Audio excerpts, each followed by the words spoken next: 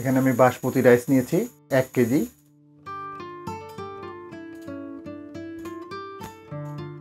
চালটাকে পানিতে খুব ভালোভাবে ধুয়ে নিতে হবে। যতক্ষণ পর্যন্ত না এর থেকে পরিষ্কার পানি না আসছে ততক্ষণ পর্যন্ত এটাকে ধুয়ে নিতে হবে।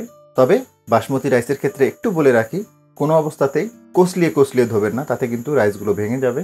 আর দেখুন আমি গরম পানিতে একটু লেবুর রসও দিয়েছি। এই লেবুর রসটা দিলে রাইসগুলো সাদা ধপধপে হবে। যেহেতু এটা বাসমতি রাইস, এটাতে কিন্তু প্রিজারভেটিভ ব্যবহার করা হয় অনেক সময় রাইসটাকে দীর্ঘদিন সংরক্ষণের জন্য। তো লেবুর রসটা দিলে এর ভিতরে যে ইমপিউরিটিটা থাকে এটা কিন্তু বের হয়ে যায়, এজন্য রাইসগুলোকে সাদা ধপধপে দেখা যায়। আরেকটা বিষয়, কোনো অবস্থাতেই ঠান্ডা পানিতে রাইসগুলো দেবেন না, তাতে কিন্তু চালগুলো ভেঙে যাওয়ার চান্স থাকবে। অনেক সময় আমরা রেসিপিতে বলে থাকি যে চালটাকে এত % সিদ্ধ করতে হবে, এত % সিদ্ধ করতে হবে।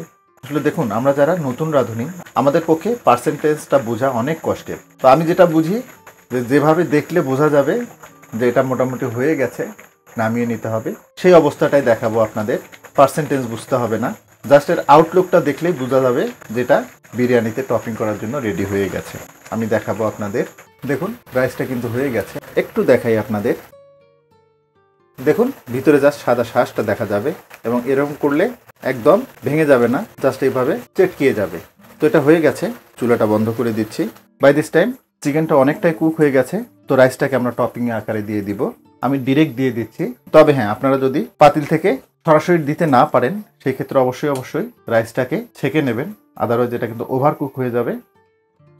আরেকটা বিষয় বলতে ভুলে গেছি, চাল এবং মাংসের পরিমাপটা হচ্ছে 2 রকমে করা যায়। যতটুকু মাংস নেবেন ঠিক চাল তার হবে অর্ধেক, বা যতটুকু চাল নেবেন মাংস হবে তার দ্বিগুণ, অথবা যতটুকু মাংস ততটুকু চাল। 2 নিয়মে করা যায়। তবে অথেন্টিক হচ্ছে যতটুকু চাল তার ডবল মাংস। যদিও আমি এখানে 1 কেজি চালের সাথে 1.5 কেজি মাংস নিয়েছি। সবগুলো রাইসের টপিংটা দিয়ে দিলাম। একটু পুদিনা পাতা দিয়ে দিচ্ছি। ঘি দিয়ে দেবো একটু পুর দিয়ে। ঘিটা দেবেন, তাতে করে খুব অথেন্টিক একটা ফ্লেভার আসবে। আমি 1.5 টেবিল চামচ মতো ঘি দিয়ে দিলাম। সেই সাথে দেব 1 চা চামচ কেওড়া জল এবং 1 চা চামচ গোলাপ জল। এটা টোটালি অপশনাল, দিলে একটা শাহি ফ্লেভার পাবেন। ঢাকনাটা লাগিয়ে দিব। 5 মিনিট আমরা হাই হিটে বিরিয়ানিটাকে রান্না করে নিব।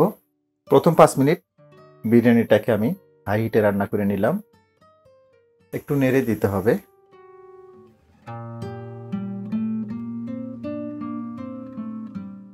তবে অবশ্যই আলতো হাতে করতে হবে, আদারওয়াইজ কিন্তু রাইসটা ভেঙে যাবে।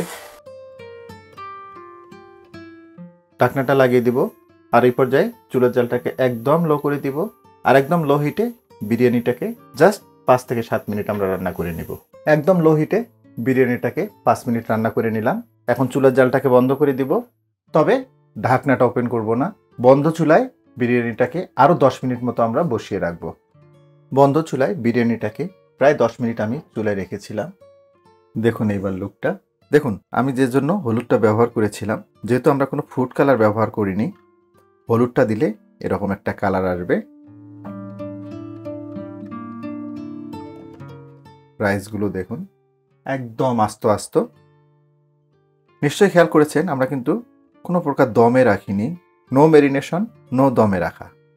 কিন্তু বিরিয়ানিটা কিন্তু আমাদের হয়ে গেছে।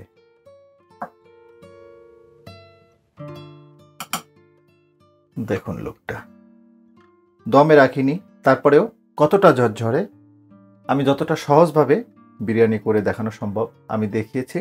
প্রশ্ন করতে পারেন ম্যারিনেট করলাম না, দমে রাখলাম না, বিরিয়ানিটা পারফেক্টভাবে হয়েছে? তো একটু দেখাই আপনাদের। দেখুন রাইসগুলো কতটা আস্ত আছে। এখন প্রশ্ন হচ্ছে সিদ্ধ হয়েছে কিনা, সেটাও একটু দেখাই আপনাদের। একদম গলে যাচ্ছে দেখুন। তো আশা করব সহজ নিয়মের এই বিরিয়ানি রেসিপিটা আপনাদের ভালো লাগবে। আর ভালো লাগলে কিন্তু আমার সার্থকতা। যদি একটু হলেও ভালো লেগে থাকে তাহলে রিকোয়েস্ট করব লাইক, শেয়ার এবং কমেন্ট করার জন্য। আর আপনি আমার চ্যানেলে নতুন হয়ে থাকলে রিকোয়েস্ট করব আমার চ্যানেলটাকে সাবস্ক্রাইব করার জন্য। তো আজকে এ পর্যন্তই। আবার নতুন কোনো রেসিপি নিয়ে আপনাদের সামনে আসবো। সে পর্যন্ত সবাই অনেক ভালো থাকবেন, সুস্থ থাকবেন, নিরাপদ থাকবেন। আল্লাহ হাফেজ।